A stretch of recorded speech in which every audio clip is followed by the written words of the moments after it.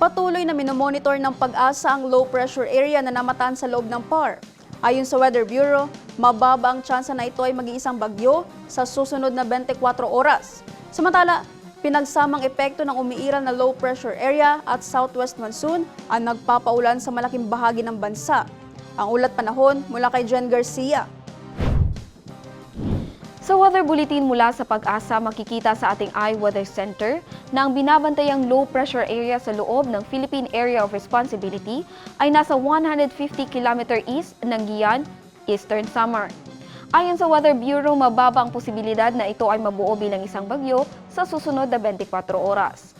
Samantala, dahil sa pinagsamang epekto nitong low pressure area at hanging habagat na umiiral sa bansa, nararanasan ang maulang panahon sa malaking bahagi ng bansa, partikular sa Visayas, western at eastern section ng Southern Luzon at northern portion ng Mindanao. Habang maaliwala sa panahon naman ang nararanasan sa nalalabing bahagi ng bansa, pero inaasahan pa rin ang mga biglaang pag-ulan sa hapon o sa gabi na dulot ng thunderstorms. At para naman sa magiging lagay ng ating panahon bukas, sa Cotabato City maglalaro ang agwatang temperatura sa 23 to 31 degrees Celsius at nasa 100% ang chance of rain. Sa Maguindanao, papalo ang agwatang temperatura sa 22 to 31 degrees Celsius at nasa 100% ang tsansa ng pag-ulan. Sa Cotabato Province, maglalaro sa 21 to 28 degrees Celsius ang agwatang temperatura at 60% ang tsansang uulan. 24 to 31 degrees Celsius ang magiging agwatang temperatura sa Davao City bukas at 50% ang chance of rain.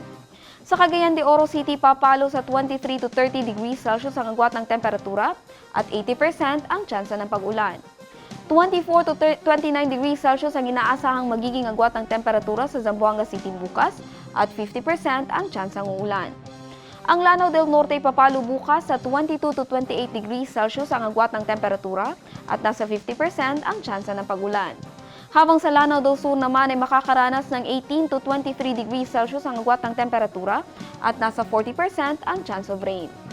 Ang araw ay sumikat kaninang 5:44 ng umaga at lumubog ng 6:13 ng gabi. At yan ang latest mula sa ating iWeather Center. Jen Garcia, iMinds, Philippines.